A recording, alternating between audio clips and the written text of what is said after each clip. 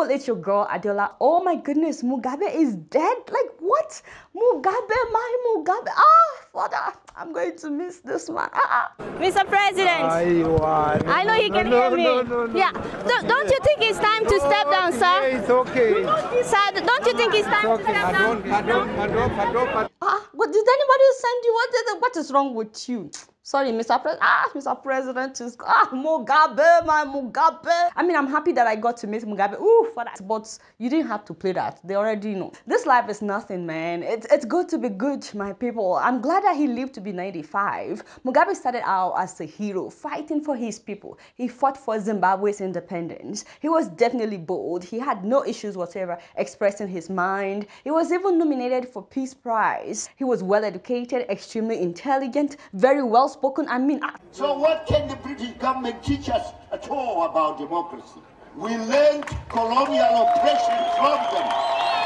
Thank you, Jared. You see what I'm saying? But you know, staying in power for 37 years changed Mugabe. As you guys know, absolute power corrupts absolutely. So it's so sad that later on in life, a hero could become someone that would turn his own country into a one-party state, someone that would be using intimidation and violence against his own people, rigging elections with names of dead people on the ballot paper, spending millions of dollars on lavish birthdays, to the point where the same people that celebrated him were the ones protesting that he must leave. And actually, it didn't look like he wanted to leave if the army didn't overthrow him at the age of 93. It looks like he wanted to die there. Unfortunately, the country has not done better after Mugabe. After the military took over, Zimbabwe has not been better. Now, the one thing that pained me is the fact that he died in a hospital in Singapore. I'm like, for someone to be in office for 37 years and not build one good hospital good enough for him to be treated still baffles me. Or maybe he was just afraid of the doctors in Zimbabwe, I don't know. But you know, as a former president,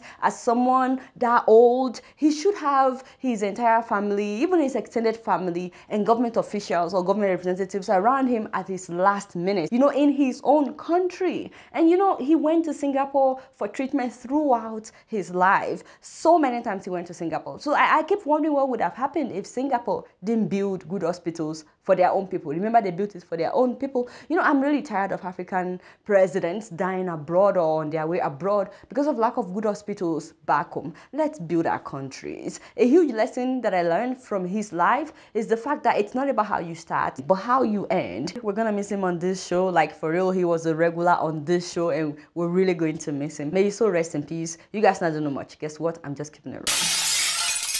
Like, seriously, for how long would a xenophobic attack against Black African immigrants go on in South Africa? The looting of foreign shops in South Africa is becoming a common occurrence with no end in sight. Like, this thing happens literally every year, and have you noticed that it's just getting worse? See the way they burn the shops. They burn the shop, all the cars in the shop. See the way the South Africans are treating foreigners. All the shops for customers, all the cars have burned totally. There's nothing that remains in the shop. And it's not just about burning their cars, looting their shops, burning their shops and properties. They're actually killing these African immigrants in South Africa. Why should you kill our people like chickens? How many South Africans do we have in Zambia here? If you don't want people, bring them back to our country. Export them back. Don't kill our people. We are not attacking them. Why are they not attacking us? Ask them. Every second day, as the chairman of the Somali board, we bury one Somali national. The same with Ethiopia. Same with Bangladesh. There was a time that 7 Zimbabweans were burnt alive. At least 118 Nigerians have been killed in South Africa, not to talk about other African countries. Now, the videos were so graphic, I can't even show so many of them. I saw one where they pulled the guy out of his car and they stoned him in broad daylight, and people were passing as this was happening, and nobody stopped to help him. Killing another human being because of their nationality. Black people hating other black people. South Africans who were oppressed have now become the ones oppressing foreigners, except for the fact that they are oppressing those who stood by them during the apartheid. Abu Bakr Tafawa Belewa, they give them the support they needed. Ghana, the first country independent, they give them the support. Mandela was trained to use a gun by an Ethiopian. The Zimbabwean, the Mozambican, the Zambian, all frontier country, suffered because they harbored South Africans. And the police are not able to control the situation. We are not getting it under control. The police are trying their best. As you can see here behind me, the cars of the police are there. They are trying to quell the situation. But when they come to one place, then the looters go to another place. So it's all over the place. But the scary thing is that, do you know that there are people in South Africa who have made it their goal to rob and kill foreigners? We meet a xenophobic gang who often target foreign-owned stores. Its leader calls himself Gaddafi. There are no jobs there because the foreigners, they are taking our jobs.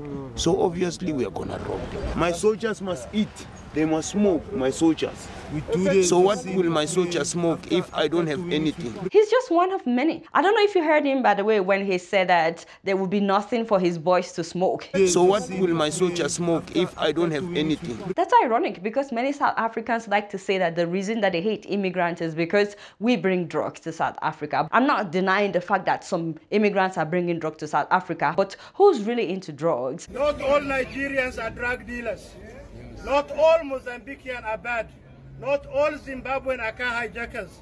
Somalis, Ethiopian, Bangladesh, Pakistani run decent business. And how is looting somebody's shop the solution? They also say that other Africans are taking their jobs, so you burn down their shops and you carry away their fridge. In fact, I saw a video where they were just picking whatever they could get from somebody's car, looting somebody's car, including a car mat. How much will you make from selling a car mat? I don't mean disrespect at all for South Africans, but does this look like some of these people actually want to work? You know, the real issue in South Africa is the fact that so many people were not prepared for life after the apartheid. I mean, by getting the education and the skills needed to get a good job. You know, as this South African lady rightfully said, if all the foreign doctors in South Africa should leave South Africa and all the skilled workers in South Africa from Zimbabwe, Nigeria, Congo, Rwanda, just to name a few countries, if they should leave South Africa, how many of these people on the streets that are vandalizing shops have the skills? And most of the people who are going around burning shops of those foreign people, you don't even have matric. You don't even qualify to be a nurse. So I won't even mention being a doctor. You don't even have your own shop.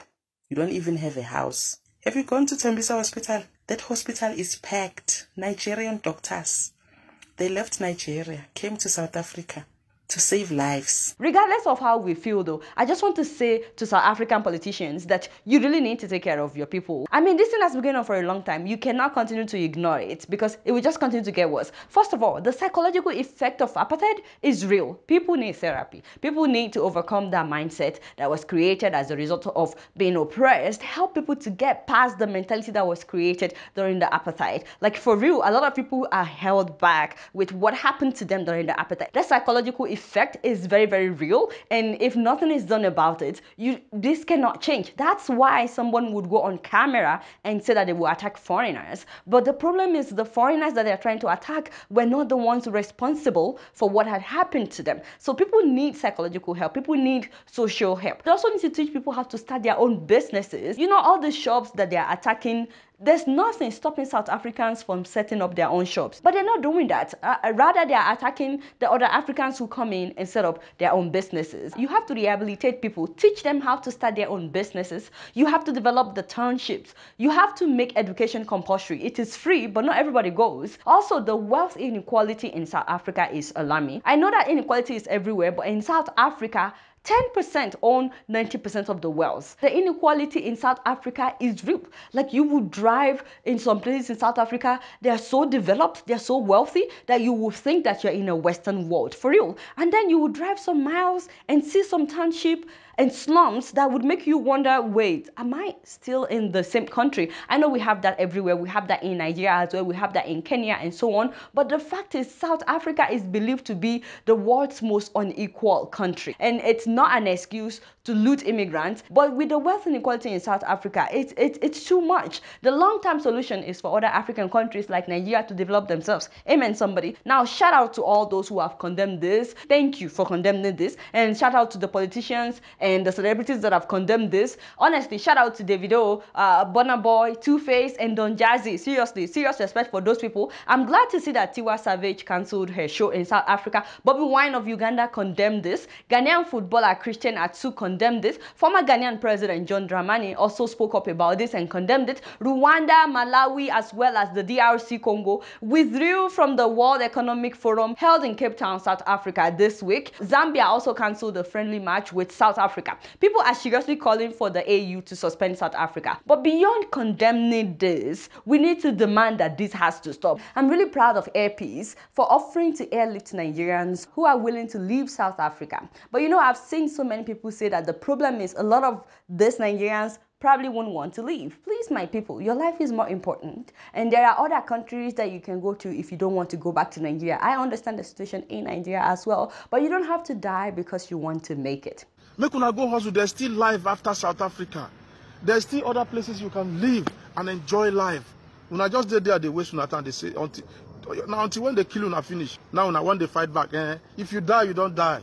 Meanwhile, Nigerian President Muhammadu Buhari said that he will be going to South Africa next month for a state visit. And I'm like, wait, like what for? Like seriously? And if you're going because of the attack, this is early September. Why do you have to wait till Buhari? Anyway, why do you have to wait till October? Because by then nothing is going on. If one of his children is being attacked in South Africa, do you think he will say such a thing? Why is it that Mr. President seems to care more about cows than human beings? And you know, may I just say that the reason why so many people are now attacking South African businesses in Nigeria is because our government is not doing anything tangible to protect their citizens. I don't believe in fighting violence with violence. I don't think that it's right to start doing the same thing that we are condemning in South Africa in our various countries as well. I don't think that's the right thing, because there has been reprisal attacks in Zimbabwe, in Zambia, and in Nigeria. In Nigeria, they are burning and vandalizing MTN offices and ShopRite. Anger in Lagos, Nigeria, targeted at South African stores. In the capital, Abuja, clashes at a ShopRite supermarket there brought traffic to a standstill. In Lagos, groups were seen stopping cars and attacking drivers believed to be South African. But you know, it makes no sense because the workers that are there in Nigeria, they are Nigerians. So if you burn down ShopRite in Nigeria, who's really affected? Your fellow Nigerians that are working there. So we cannot attack innocent people in retaliation for what is happening in South Africa. Not only that, do you know that the riot graduated to attacking innocent Nigerians who were driving by? Look at this woman who she was driving home from work when her vehicle was vandalized and she was wounded. She's a Nigerian attacked by Nigerians who claim to be revenging the killings in South Africa. Like for real. In fact, I heard that they killed someone at ShopRite. As you can see, one person has been shot dead in front of ShopRite. This is a reprisal attack from what is going on in South Africa. Okay, I don't know, but the possibility of the person being a Nigerian is really, really high. So my people, being violent will not solve this. Part of what you're seeing, by the way, is the anger that has been building up against how useless the Nigerian government is. No offense, but yes, our government is useless because even South Africans know that we don't have a government in Nigeria. That's why they keep doing this. Otherwise, Nigeria should not be where it is right now. Our citizens shouldn't be running to South Africa in search of a better life. Why can't Nigeria take care of its own business? And I mean, should I say, when would we take care of our business? We like to say that we are the giant of Africa, but shoot, I hate to say this, but this will continue to go on until Nigeria gets its act together. Fix our roads, give us stable electricity, fix our hospitals. Otherwise, this outburst that is going on right now in Nigeria can actually lead to many other things. If the Buhari government have insight, they would see that people are really angry, and at any moment they can turn their anger on the government, not just on South Africans. I really hope that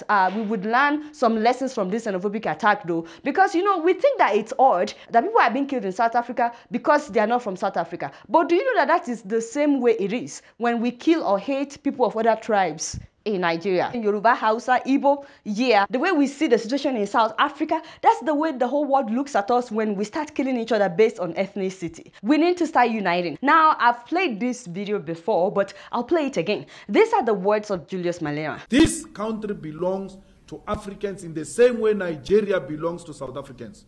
Nigeria is South Africa, South Africa is Nigeria. We are Zimbabweans. We need to do away with this nonsensical idea that was imposed on us by colonizers, that we must dislike each other. Isn't that true though? And you know, it's heartbreaking that these people don't get it. When it is a white person in South Africa, undocumented, he's called an investor. Not only a white person, including Indians and Chinese. But if it was my African brothers we're going to be called kwerekweres. Wow. Now let me know what you guys think about what he said. You guys not know much. Guess what? I'm just keeping it real. First of all, don't forget to subscribe if you're yet to subscribe. Before I sign out, don't forget that September 9th is the last day to sign up and use my promo code Adeola to get $10 added to whatever you're sending to your loved ones. Alright y'all, it's been real and I'm keeping it right up in here. Don't forget to follow me on Facebook, Twitter and Instagram. And if you're yet to subscribe to my YouTube channel, please make sure that you do that. Until next time, I'm gonna see you all later. Peace out.